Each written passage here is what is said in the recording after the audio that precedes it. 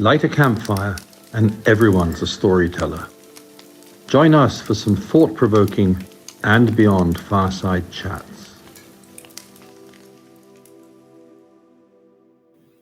Hello and welcome to Leave Our World a Better Place. My name is Kasia and today I'm speaking to Dr. Andrew Venter, CEO of Africa Foundation. The last time I spoke to Andrew was only a couple of months after he took over the leadership of Africa Foundation in November 2020, when we spoke about what he was hoping to achieve and the direction that he wanted to take the organization in.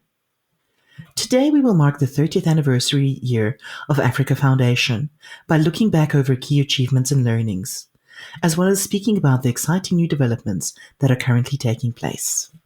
Hi, Andrew. Thanks so much for coming on to chat to us again. Thank you. It's my privilege to be here and super excited to share some insights into this amazing organization, Africa Foundation. It's actually a very, very exciting time for Africa Foundation right now, as you are celebrating the 30th anniversary this year. So obviously a really great time to look back and also look forward. And I believe that's something that you've been doing quite a lot of. Just to kick off the conversation, can you talk about both the achievements over the past 30 years that you're particularly proud of, as well as the learnings that you're looking to take ahead as you plan for the future of Africa Foundation? Sure. So, I have the privilege of being young in the foundation. So I'm coming up on my second year. And linked to that, I've also been able to visit most of the communities that the foundation has established a presence in, together with and beyond, over the past 30 years. And so I'm bringing new lenses to look at it, but at the same time, I'm able to celebrate the incredible successes and achievements because I see them for the first time. I don't have this vested legacy, and I'm not carrying any pain around projects that didn't work or the successful ones. So, I think to start off, we really need to celebrate the fact that 30 years later, Africa Foundation is still going strong, and that the partnership and relationship with and beyond is still going strong, and if anything is expanding all the time. That's an amazing achievement. 30 years. There's not too many well-intended, development-focused, conservation-focused initiatives out there that have survived for 30 years. So that's a massive achievement. And it really talks to the testimony of the relationship between and beyond and Africa Foundation. The second key insight, though, is the legacy on the ground. And 30-odd years ago, this vision was born working with the Makasa community as a priority community, together with Ngobokazi way back then. Today, that vision has been translated into impact on the ground in over 70 communities across 6 countries. And it's tangible. When you visit those communities, you feel it. There is absolutely no doubt that there is a legacy impact. And you feel it in the systemic change and support over multiple years. I'm constantly amazed, particularly when I visit some of the schools and the clinics that we've supported, and try to get my head around how is it possible that so much has been done. And what that talks to is small bites at multiple sites every year, and how one classroom translated into 2, into 4, into 8, into an admin center, into a dormitory, into a kitchen, into a hall, how a community's request for support around primary healthcare translates from initially a small little sort of nurse's office to a fully functional clinic and doctors and nurses accommodation.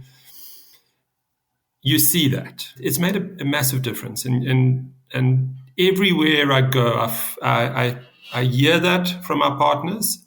And it's not an insincere donor thank you. It's not because I'm arrived there and the community are lined up to make sure that they acknowledge the donors arriving. It is just there. You feel it through. The third piece around that impact is then the shift in those communities over the years. A lot of the foresight at the beginning of the journey, I would like to believe, was anchored in 2 key insights. One, that Africa Foundation and beyond need to work with their community partners, and their engagement needs to be led by those partners. So rather than arriving with our own development model, we need to listen, learn, shape, and respond, which I really think the foundation has done. But the second insight linked to that was that core investments in improved education facilities, improved health facilities, are going to unlock the potential of those communities. And so they're worthwhile doing. And the reason I say that is that there is a general negative view around investing in social infrastructure within the greater donor community and government. There's sort of donor fatigue, and it's often, yes, so how many more schools are we going to build? How many more clinics? And then I go into our communities and I see the impact that the schools we've helped establish and the clinics we've helped establish has made. And the fundamental impact that it's made is it's helping communities transition from being largely unhealthy, illiterate, and innumerate to being able to engage in a modern society environment. That shift in literacy and numeracy and just general community health is transformational. The foundation that flows with that is there. The other strong legacy impact is around CLEF, so our Community Leaders Education Fund, where we have over 1,000 students that we've supported. This year, I think we are supporting around about 170 that have got the opportunity to go to university, complete degrees, and some diplomas, but their qualifications range from focused social service type engagements, doctors, nurses, teachers, lawyers, through to include engineers, environmentalists, and even the odd exception who's setting the world alight as an astrophysicist. That talent is nascent talent, and it sits in communities across the world. And it's not unlocked because the socioeconomic circumstances that talent's parents and support networks find themselves in mean that it just doesn't get realized. And so CLEF has been transformational in that sense because it has provided a pathway from deep poverty to realizing potential. And what we're seeing more and more is that the generations of CLEF graduates starting to invest back in their communities and accelerating the development of their communities, inspiring the next generation of students. You start adding those pieces together, and just a focus around education, health over the majority of the last 30 years it's an amazing impact. And of course, then you start layering on all the rest that Africa Foundation is trying to do, and you get a real sense that this notion of a deep impact relationship is really starting to shape. So obviously a really, really great legacy and a very solid foundation that's been built over 30 years. Yeah, and I think that foundation is worth emphasizing. And it talks back to the reality that communities that we spent decades working with are engaging as equals. They're no longer battling to read a document. They're no longer battling to understand English. They're no longer not arriving because they're simply too sick. They're engaging as peers. And on occasion, that's challenging because now all of a sudden it's like the sort of beneficial relationship that we've had on occasion has been transformed into genuinely a relationship of equals. But my goodness, that's exciting. And the implications for the next 30 years are dramatic because there are some partnerships that are going to evolve out of these relationships that will be literally benchmark, will change the face of community-based conservation globally. That's a really amazing concept to face. But equally, I'm sure that it comes with some of its challenges. And, you've spoken a lot about the difference in the relationship and the developing relationship between Africa Foundations and the communities it works with. Given that constantly shifting relationship, Are there some aspects that you look at and you say, okay, well, they've worked for us incredibly well over the past 30 years, but we need to start changing or growing or, working on them as our situation changes? There are plenty of examples of projects that haven't worked. And there's the anchor to that are usually one or two causes. So either it was a clever idea, conceptualized outside the community, parachuted in, and failed because there just wasn't a local buy-in to it. And we haven't had too many of those, but you get tempted because you'll have a donor that has this, they do X, that's what they want to do. And you're going, well, it's a donor that wants to work with us, let's make it happen. And then it doesn't work well. Had a few of those. The other piece that has been it's been an important learning for us is to stick to our process. We talk internally about our methodology, and at the heart of the methodology is a embedded, consultative, and community-led approach. And that takes time. And often you feel the pressure to short-circuit that. And more often than not, when you short circuit that and you try and accelerate a project because the committee process is just taking too long, you run into challenges downstream. So there's a fine line there. What we are finding is as the embedded impact of improved education kicks in, so the ability of community members to engage in a consultative process improves. And so, the pace of development speeds up. But we do need to remind ourselves that particularly where we work with new communities or communities that we have a young relationship with, that you need to start the journey well. And so you simply put, you take communities like Makassar and Ngobokas, where we've worked with them for 30 years, the development pace is fast. The amount of work we're doing there is dramatic. And it's well-founded, and it's working, and it's because the partnership has evolved to that point. Whereas you go to a community like Kotsobeka on the edge of the Okavango Delta, where we still in very early stages, there really is a strong focus on getting the basics right so that in time you can accelerate process. Yeah. I think that's the key learnings. The other point is that we have a gradient of engagement. So 70 communities. There's some communities there where we're doing the first generation projects, which are generally education and or healthcare, or sometimes some water, because those are the immediate pressing priorities that you have from those communities. But when you move to the other end of the gradient, where we have worked on those for multiple years, we've moving quite quickly into to the next layers, still focusing on improved education and health, but in addition to that, rapidly building programs around the economy of those communities. We refer to the hustle economy in our environment, which is the predominant economy there, but the argument is strengthen the local economy, and let's work with the communities to do that. And then the big nightmare we all face, which is the very scary rate of youth unemployment in South Africa and across the region, and the reality that if we don't deal with that, we have the notional ticking time bomb that is sitting there, and it expresses itself in unrest, and we've seen that in South Africa. We've seen youth in South Africa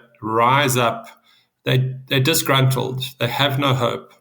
And so in the communities we work in South Africa, we have a strong focus then also on improving the employability of youth. You see the impact of that because a few years investment in individuals translates generally into either solid employment for those individuals or their development of their own micro-enterprise opportunities. So you've got this shift. And I think that's the big change coming through for Africa Foundation at the moment. I have no idea what it's going to be in another 30 years, but right now we're on that growth in activity phase, which responds to the next set of needs coming out of communities. Yeah. Okay, so as you've just mentioned, there is quite a lot of change happening in Africa Foundation right now. And I think the picture that you're looking at right now is very, very different to when we spoke, which was probably about 15 months ago or so. And that was sort of right after the peak of COVID. And I think Africa Foundation was at a very pivotal point there at that stage. You were about to embark on a number of different projects, but you were still assessing the long-term impact of the COVID-19 pandemic. Could you talk a little bit about how things have taken shape since then and whether it's gone the way that you've expected, and the kind of changes that you've had to make to adjust to the sort of the post-COVID world as it is? Reflecting on, so there's two pieces to this. So a lot has happened in the life of Africa Foundation over the last 15 months. And then there has been this sort of tail end of COVID. So Africa Foundation itself, played a really critical role in our community partners during the COVID period. The initial response, largely led by the And Beyond shareholders and supported by them, providing a mix of public health support, washing stations, sanitizer, masks, and then the food parcel for all across the communities was phenomenal. And when combined, and I need to emphasize this, combined with the And Beyond policy of not retrenching staff, you add those two together in our partner communities, and there is little doubt, no doubt at all, that those communities survived COVID better than many others. And you hear those stories on the ground, the deep appreciation that is expressed within those communities for the empathetic response demonstrated by their partners and Beyond and Africa Foundation. That was really the intense space that we were in at the peak of COVID. As COVID started normalizing for us, because that's where it is, it's still there, but it's now just something that's normal in our lives.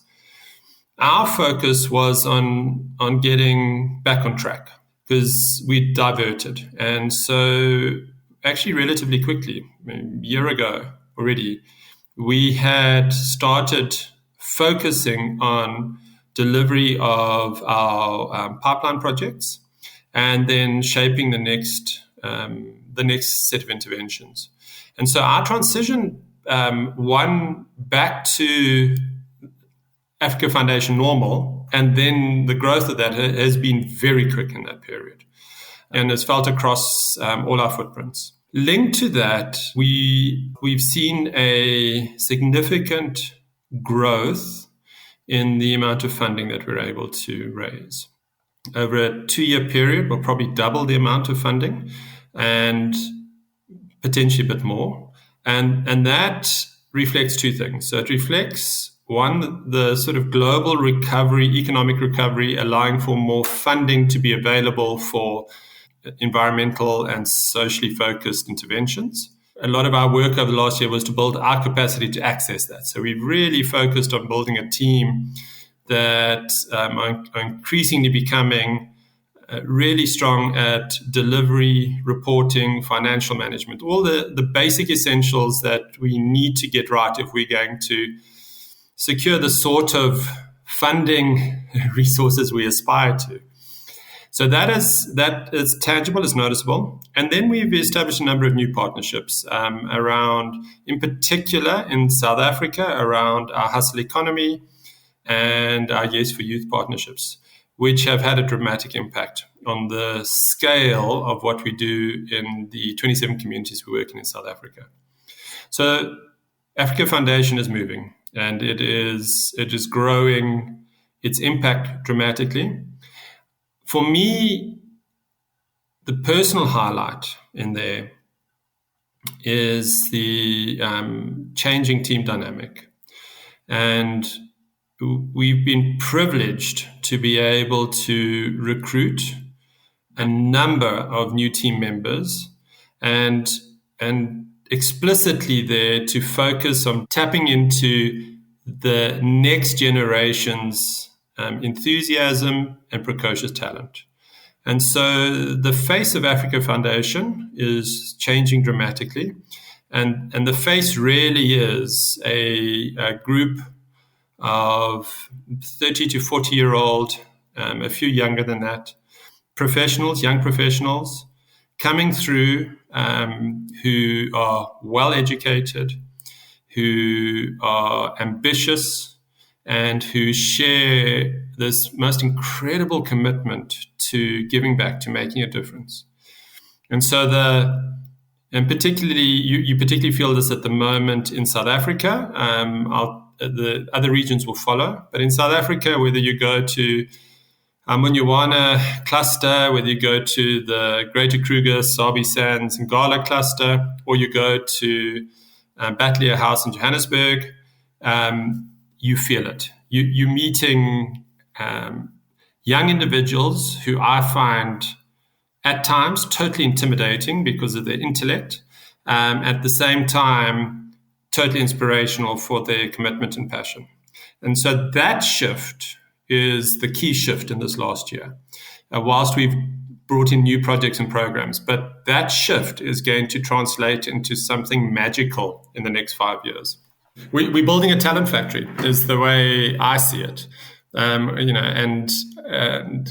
as I say, there's magic on the horizon, and I don't know what that is. I can't tell you what it's looking like, but I can tell you there's magic on the horizon when I see just these bright, young, ambitious, competent minds getting together and being given this space, because for many of them, their frustration is they haven't been given the gap. Society hasn't allowed them to realize their potential, and that's what we are focused on doing. Andrew, you briefly mentioned a little bit earlier the huge threat of youth unemployment and the challenges that brings. And I know that you've been very busy in the past year or so with a lot of programs and projects. You mentioned Yes for Youth very briefly as well. Are you able to maybe give us a quick update about some of the initiatives that you've been engaged in to help actually deal with that threat of unemployment among the youth?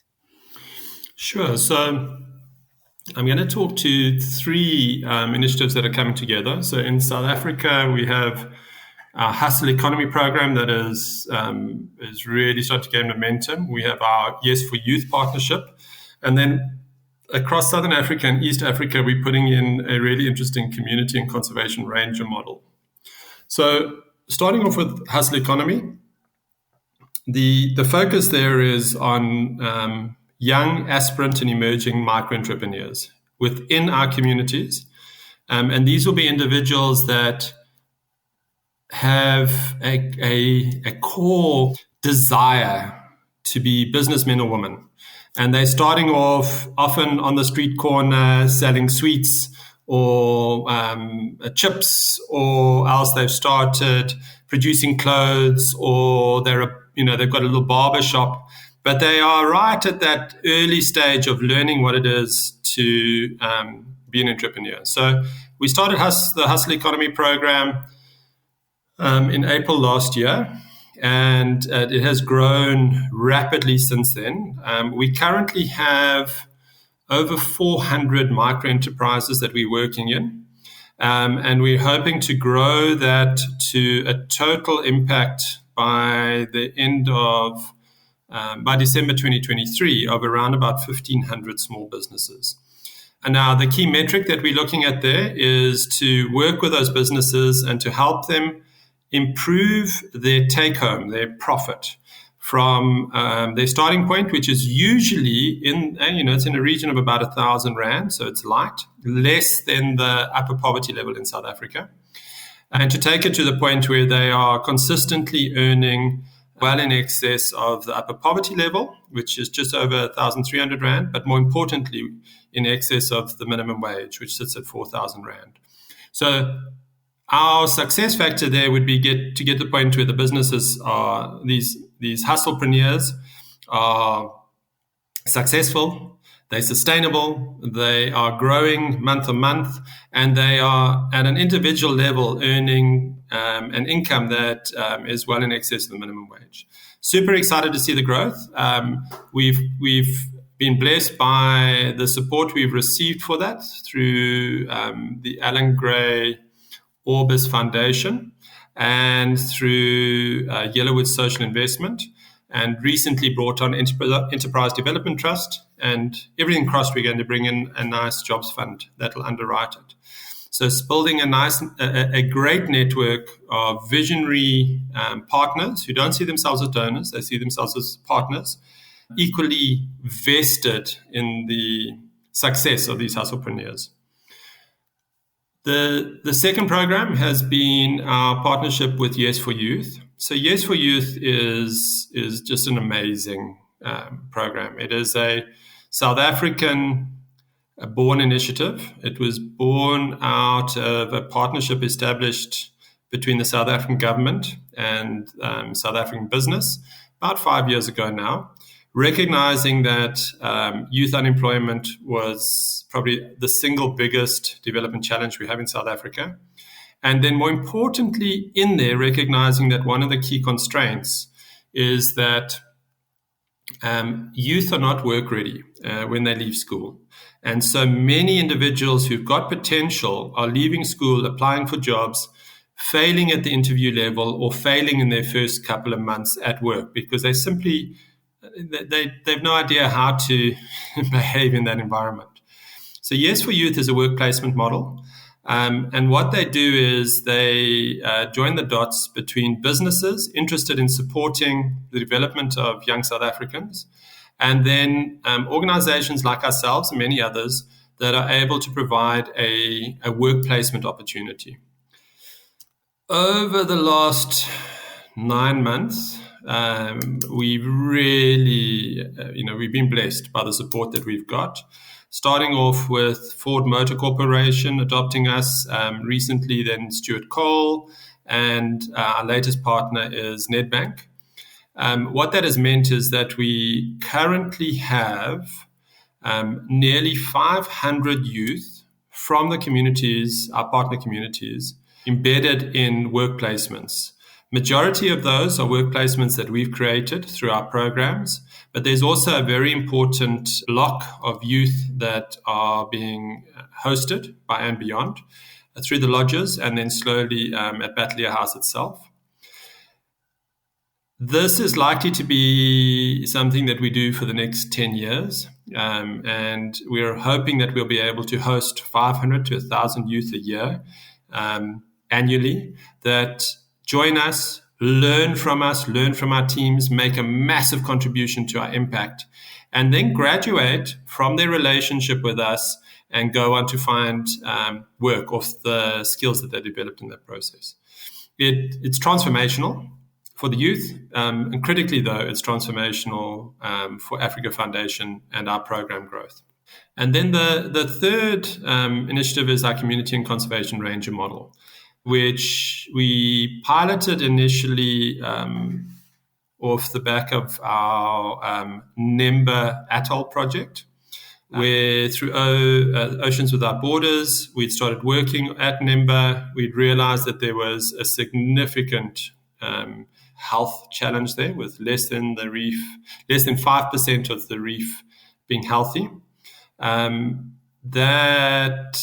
led to us recruiting a small team, 3 individuals from the communities we were working with, taking that team through a process where they learned to dive. Then they learned how to establish a coral farm, and now they're learning how to use the coral propagated through that farm to plant it out in restoration work. We also were able to recruit an amazing young marine scientist there, Nancy Araba, who's based on the atoll.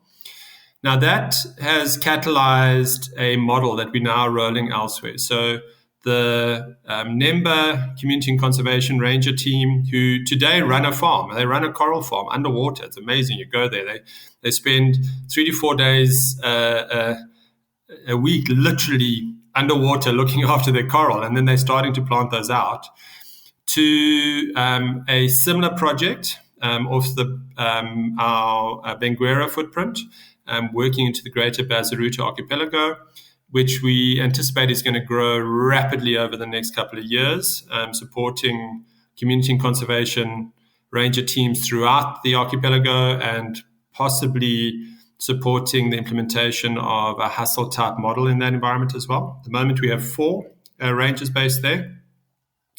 We've just catalyzed a community and conservation ranger team off the back of Kichwa and Nyakweri Forest, just on the edge of the Masai Mara, where there are 3 rangers currently being recruited. They will work under the leadership of Simon Saitoti, our amazing project officer there, establishing a nursery, putting in place a wildlife monitoring program in the forest, including a focus on pangolin, and then getting to the point where they're growing, hopefully, hundreds of thousands of indigenous trees that will be used to re-establish and revitalize Nyakweri Forest. We're recruiting 2 rangers at the moment just south of Lake Manyara, so off the back of Tree Lodge in the Mallorca and Moya communities. And there we've partnered with TAWA, which is the Tanzanian Wildlife Authority, around the implementation of their Mali High environmental education program into those schools. And then the next ranger project that we are hoping and anticipating we'll be able to kick off in a month or so is in Botswana with the Tsutsubeca and Kokomocha communities with a focus on the Okavango Delta. So we're slowly building these teams across all our footprints. I anticipate we'll get to a point where every site has a team of youth drawn from the local community, employed as community and conservation rangers, and working on a wide range from growing and planting our coral to restoring forests to monitoring turtles to dealing with human-wildlife conflicts, elephants destroying crops. So a very exciting momentum build there as well. Well, you say, slowly growing the teams, but I think that's an incredible amount of progress in, pretty much what is quite a short period of time. It's really amazing. The point for me is the talent's there. So our opportunity is to unlock, support, and nurture that talent. And when you start that journey and you see it go, our next challenge is to keep up with it and to make sure that we can continue feeding and supporting. And what a privilege to be able to do that. Andrew, something else that you mentioned that was quite high on your agenda the last time we spoke was carbon reduction projects and how you could use those to generate economic benefits for rural communities. Is that something that you've been able to tackle in the past year or year and a half? And have you had any success in this regard? So it's still a priority, a definitive priority. The 2 sites that we focused on at the moment are around a community carbon intervention.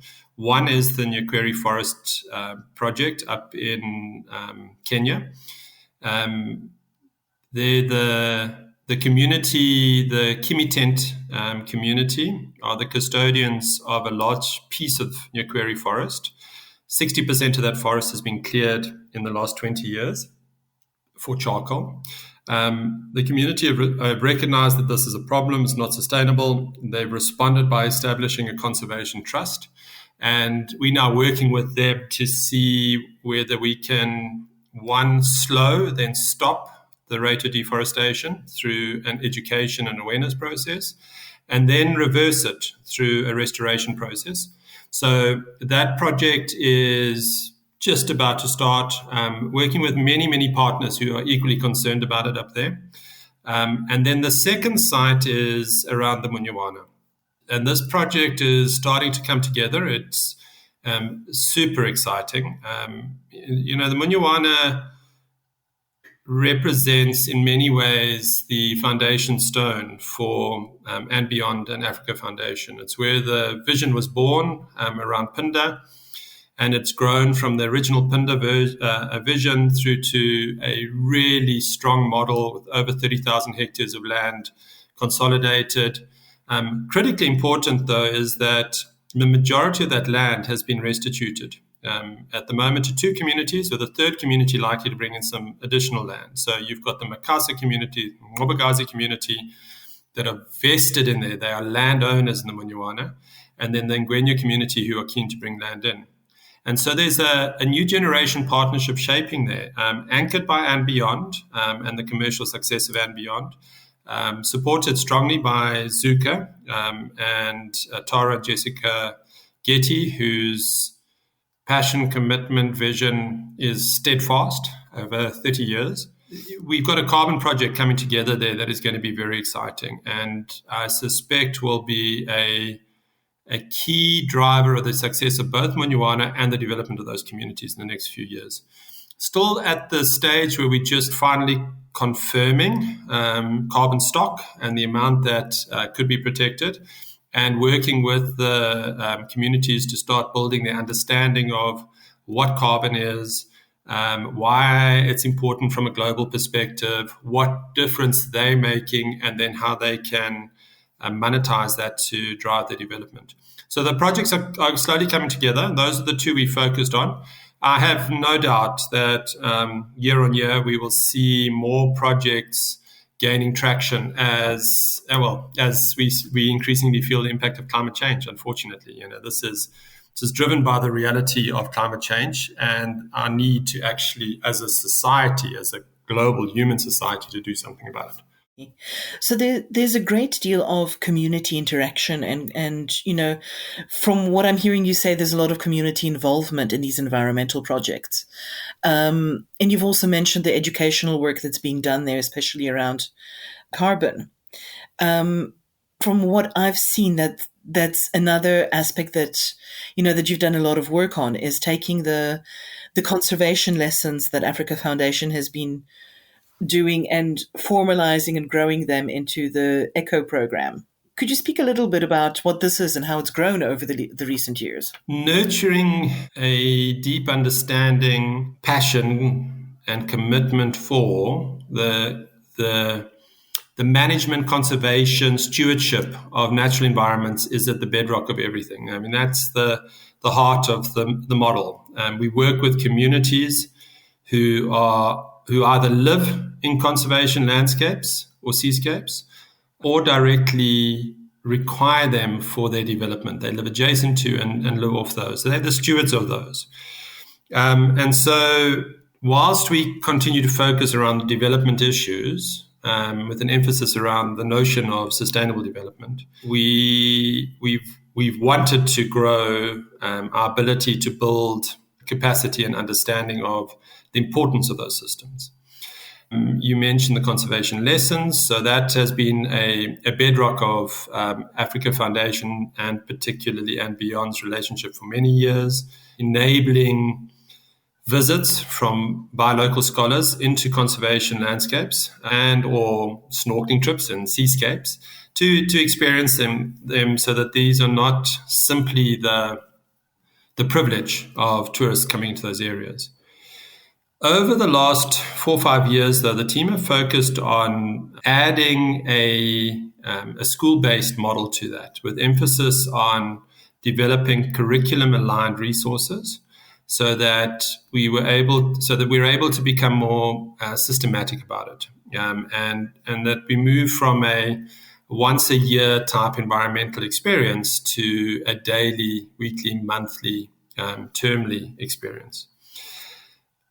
Now, that has accelerated on us very quickly. So outside of South Africa, it is one of the primary activities that our community and conservation rangers are starting to do.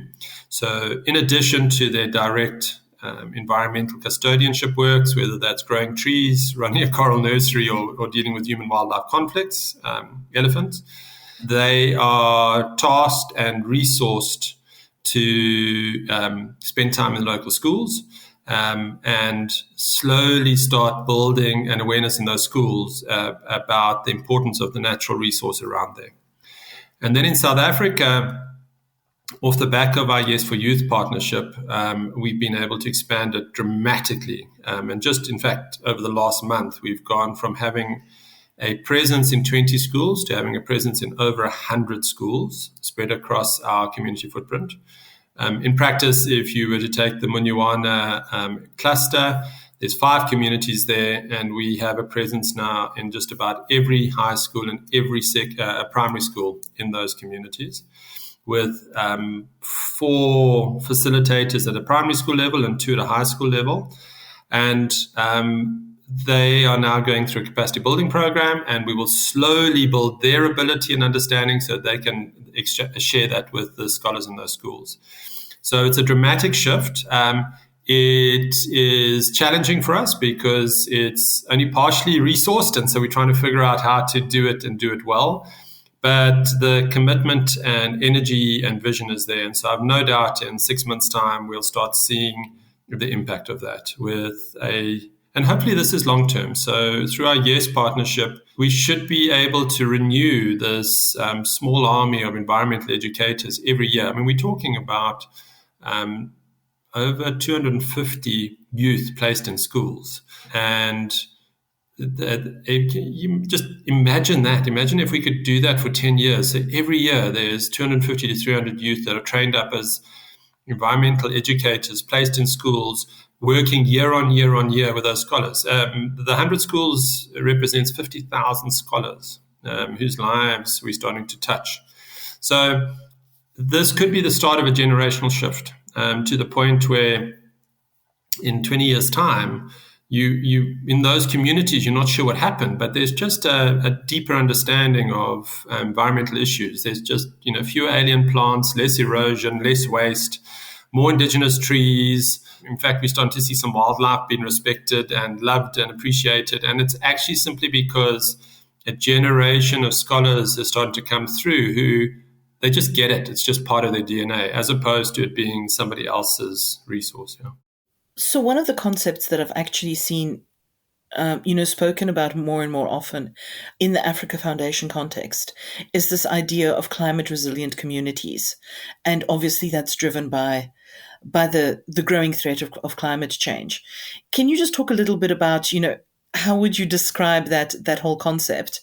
And how all these elements that we've just spoken about play into the creation of those resilient communities. And I think another phrase that I've also heard you use is resilient nature as well. The starting point is the concept of resilience. And resilience is a term that is creeping into our language rapidly in response to the impact of climate change. So from a science perspective, we know that we are entering into an unknown period. The rate of climate change, so temperature variation, rainfall variation is how it's expressed, is accelerating year on year, decade on decade. And so this earth that we live on is going to be very different in 50 years and 100 years' time. And that's locked in, unfortunately. I would love to be able to say, no, but if we just do something different, we can change that. It's locked. We are going to see a net temperature, global temperature increase, well in excess of 2 degrees, which doesn't sound like a lot until you start translating that into, areas like South Africa, where it probably translates into an average increase of 5 degrees, maybe even more than that. And so if you live in an area where an extreme temperature was 35, it'll now be well into the 40s. And if it was 40s, it's well into the 50s. It's brutal. The big impact there is the shift in rainfall. So the big impact we're going to see is if you live in an area where there is little rainfall, there'll be less. If it's an area where there's lots of rainfall, there'll be more. But the more will translate into more big events. And so, in South African terms, we've recently seen some big flooding events. I live in KwaZulu-Natal, and so the Durban floods are in my head, in my face. Now, that's not you can't say that that's climate change, but the nature of those is what is going to be climate change. We're going to see more of those events happening more often. Okay, so we've got some big change coming. At a climate change language perspective, when the first moves were made to try and deal with this, which was close on 30 years ago now, the language was mitigation. So guys, we've got change coming, we need to mitigate it. We need to do something about it. We need to reduce the amount of carbon going into the environment. So let's plant trees. Let's go with fuel-efficient cars. Let's travel less. Those sorts of arguments. Less electricity, more energy-efficient bulbs. Those sorts of interventions that were being pushed. What became apparent quite quickly was the rate of mitigation was just nowhere near fast enough. And so whilst we still continue to do that and hopefully will accelerate it, the language of adaptation came into being. And adaptation was, okay, we need to change the way we're living. We need to respond to this. And more recently, the language that has now come into the climate change language is risk and destruction. So they talk about climate risk and climate destruction being the new normal. So in the face of that, the challenge that we all have is to develop and respond with resilience. We need to figure out how we are going to navigate these waters, how are we going to survive these changes until such stage as we actually get very serious about mitigation, stop and significantly reduce and stop the level of CO2 emissions that we have. Now, resilience means different things to different people. So I live a comfortable middle-class life. So what that means is I need to think about how do I survive without grid electricity? How do I survive without grid water? And that just means I invest in, solar panels and boreholes and things like that and water storage. And that's my sort of resilience approach to it. But when you live in rural environments and you live where you rely heavily on the bounty that the land offers you, where you don't have the privilege that I have of being able to change the way I generate electricity or the way I source water, climate change will be felt a lot more. And so the society that sits at the forefront of the impact of climate change is the impoverished rural community, predominantly in developing worlds. We work in those communities. It's those communities that still grow vegetables and eat them. Most of my peers, have no idea how to grow a vegetable, have never grown and eaten them. They go down to the local store and then only take it if it looks, healthy and there's no marks on it and it's the right size. In communities, people still grow vegetables. The challenge with climate change is that a shift in temperature and water means that the vegetables that they grow today, they're not going to be able to grow in 10 to 15 years' time. And that's a dramatic change. So if you've grown up on a generation of growing your own maize and that's your staple diet, you're going to have to figure out how to grow something else that will grow under the new climate conditions that are coming to you. So that's the first big impact. What is grown in our communities is changing. The second big impact is water. So the amount of water that our communities receive will be different. It'll be less or more. And if more, will be more extreme. And so what we are doing through our Climate Resilient Communities program is we're starting to respond to that. Our first step is to encourage more local vegetable production.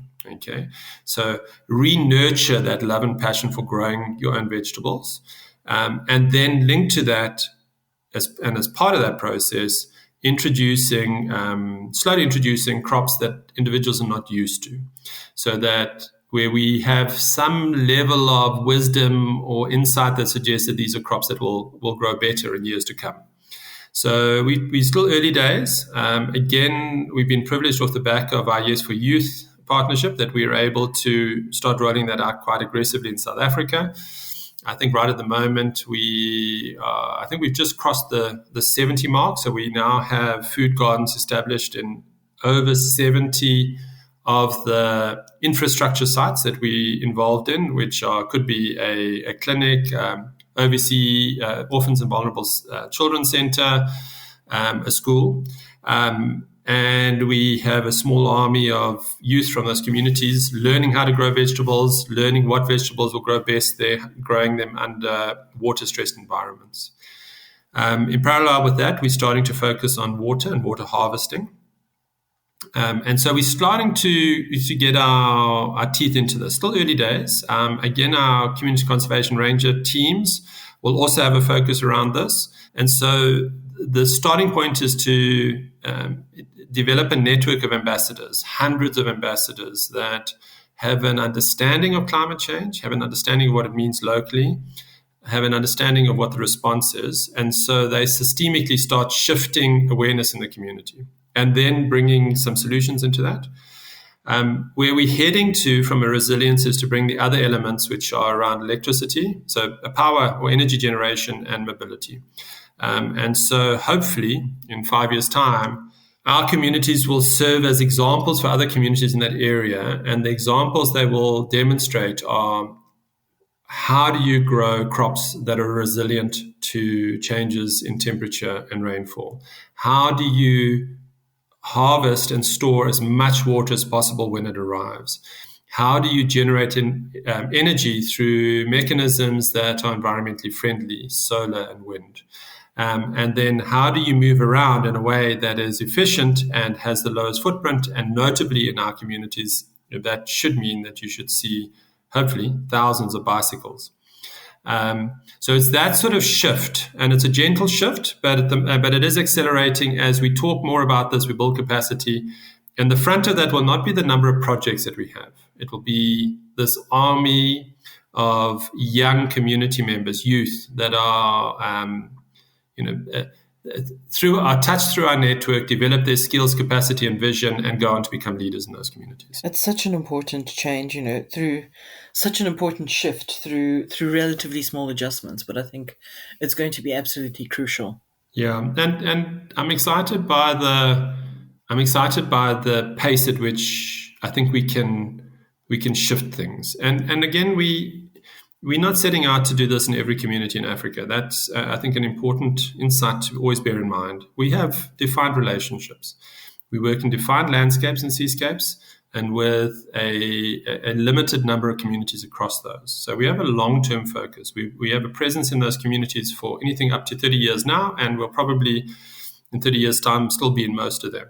So we're on a journey with those communities, and we're taking that journey very seriously. And with climate change being almost the next piece, going back 30 years ago to numeracy, literacy and health. The opportunity, though, is that these communities become, beacons of hope for other communities in those areas, that they are the communities that light the way. They literally demonstrate what is possible and how to go there. Yeah. Andrew, you've spoken a lot about what you have going on and about so many initiatives that you have that are making a real impact and a real difference. Looking ahead, is there anything else that you'd like to add about other focus areas that you've identified as you take Africa Foundation into its next decade? Sure. It's always hard to forecast this because it's such an exciting, rapidly moving train that we're on. But there's no doubt if I look at where our focus is at the moment. So we've had a legacy focus on building, growing the impact of our South African footprints, which we'll continue to do. But I'm focused on East Africa at the moment and then Southern Africa. So the first thing is taking what we're doing in South Africa, finding ways of responding to community needs in Southern Africa and East Africa in a similar way. From an enterprise development, from a youth development, from a climate resilience perspective, over and above our ongoing emphasis around leadership and the sort of services foundations. That you will see happen. Then the piece that I think is going to grow is going to be our conservation-focused profile. So we do some really interesting stuff through Oceans Without Borders. We're privileged to support a lot of work that And Beyond does from a formal conservation perspective, particularly in Munywana. But the opportunity to do more from a biodiversity conservation perspective is there. There's no doubt. And whether that be in the landscapes themselves, so if you took Botswana, is that working in the concession areas that And Beyond has and helping And Beyond to improve their management of that, deepening our understanding of how those ecosystems work? Or is it working in the communities next to those landscapes and deepening their understanding and their commitment to the conservation of their biodiversity? I think it'll be both. I'm excited about that. So it's a mix of growing our support for formal conservation, restoration, and conservation research, but at the same time, a strong strategic focus around community-based conservation. And so, our Nyaqueri partnership with the Kimiten Trust is a good example of that. Community are concerned about the loss of their forest and what that means for the elephant, pangolin, and many, many other species that live in those forests. And they're taking responsibility for it, and it's our privilege to work with them to figure out how they can improve their stewardship of that biodiversity. Botswana, the Tsutubeka community is a rural community right on the edge of the formal Okavango Delta, but it's a wild place. You got people living in a wild place there, and so when the delta dries up and the elephants go looking for water, they come into the communities area. And when they're in the communities area, they compete for resources. And one of the big challenges there is that they're smashing crops. So Jason has told me, Jason will tell the story of meeting an old lady who every year she grows her crops. And every year the elephants arrive and they destroy the crops. And she actually said to Jason, that last year I actually grew twice as much in the hope that the elephants would take their share and leave me some. And they took it all. Now, so what you've got there is you've got this, you're hearing a Gogo in the community saying, I like elephants. I don't have any problem with elephants, okay? But this can't keep going because somewhere along the line, we've got to get that balance right. Now, there's an opportunity there to work with that community and figure out how, when the elephants arrive, their crops are protected. And so the elephants are coming and getting water and then moving on. How do you get that right? So it's those sorts of things I think will be part of the next chapter. And I look forward to that, yeah. And personally, I know you've spoken a lot about the changes to the team and to the face of Africa Foundation. But personally, is there any one element that you find the most exciting as you look forward to what's next for Africa Foundation?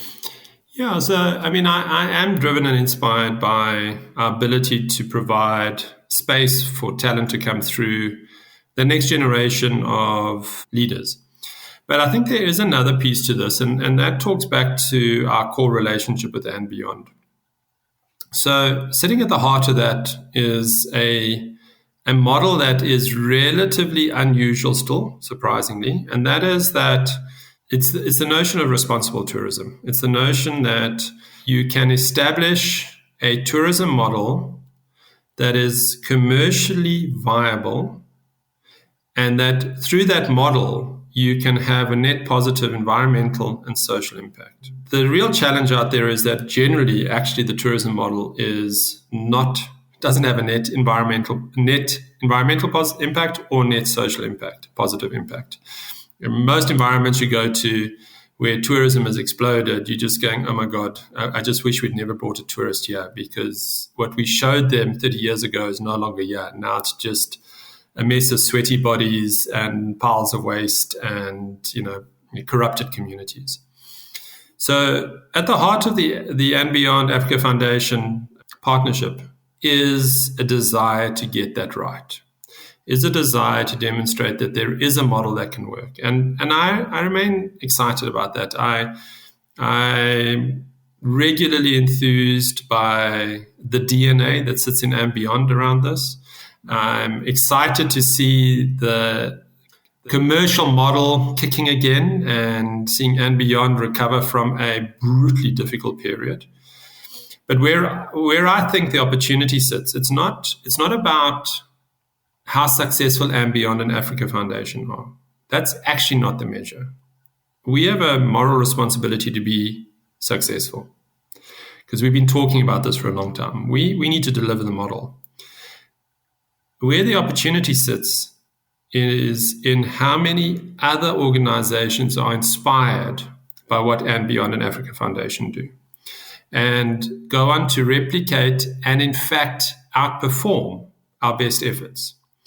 And that, I mean, that's a real challenge because that means implicitly that we need to celebrate the successes of competitors in the sector, whether those are foundations or ecotourism companies. But we should actually really be focused on that. We should be constantly focused on doing the absolute best we can possibly do in that space. But at the same time, be looking to inspire all of our partners, all our competitors, as we think about them in those environments, to outperform us. And when they do, we should be the first organizations out there to go, we just think it's amazing what you've done. Wish we could have done that. But geez, you've inspired us to do better. Now, that's a really interesting dynamic because it sort of goes against some of the commercially driven DNA in the process where we always want to be the best. But I think that we should be aiming to do our very best so that we inspire a sector to go on to have collective impact that is transformational. And if we got that right, and we could get to a point in 30 years' time where you see tourism, you see flourishing environments and flourishing communities, then we're in a really positive space. It's such an interesting way to look at it, and definitely something. It takes a lot of courage to go out there and put out your methodology and your learnings and say, we want other people to learn from this and be as successful or even more successful. But it really allows you to leverage that, that collective impact so much better. It's just a stunning concept. It really is. Yeah, and I think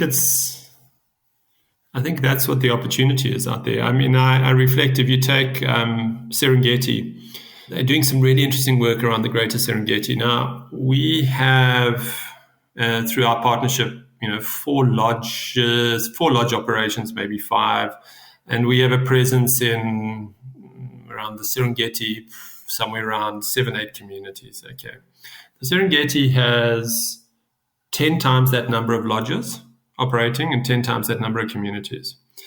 So our opportunity is to set and to continue setting the standard. Bearing in mind, the minute we set the standard, it becomes old. So next year, you've got to do better, right? And whether that is from the impact of the lodge, the identification of local talent and development of that talent, the number of schools that we're able to invest in, it doesn't matter, okay? We cannot, we will never be the definitive impact player across the greater Serengeti. We're not setting out to do that. But what we should be is a force of change, the catalysm, the benchmark, so that the authorities and the communities are going, guys, we want you to be like them, and we want you to be better than them. And you get that right. But I do think the key piece in there is that we have to find it within ourselves to be competitive without being dismissive, and to embrace other success and acknowledge and recognize it. And that's the piece that we have to find within ourselves. And that's tough. But I look forward to that journey. And I think that probably is the impact. That will be the measure of the impact success of our partnership, of Africa Foundation's trajectory and our partnership with And Beyond in the next 30 years. Andrew, it certainly sounds as though it's an incredibly, incredibly exciting time for Africa Foundation and for everybody connected with it. And thank you so much for giving us a glimpse into what's happening behind the scenes and what you've got planned. Oh, my privilege. It is an exciting time. It has its challenges, but that's what keeps us up at night, and we get excited again in the morning when we see the impact that we're having. So I think it's a fantastic space to be in, and it talks back to it's our collective privilege to be here, and we need to make sure that we use that privilege to have real impact. That's a great thought to end on. Thank you again. So thank you so much, Andrew. Absolute pleasure. Thank you.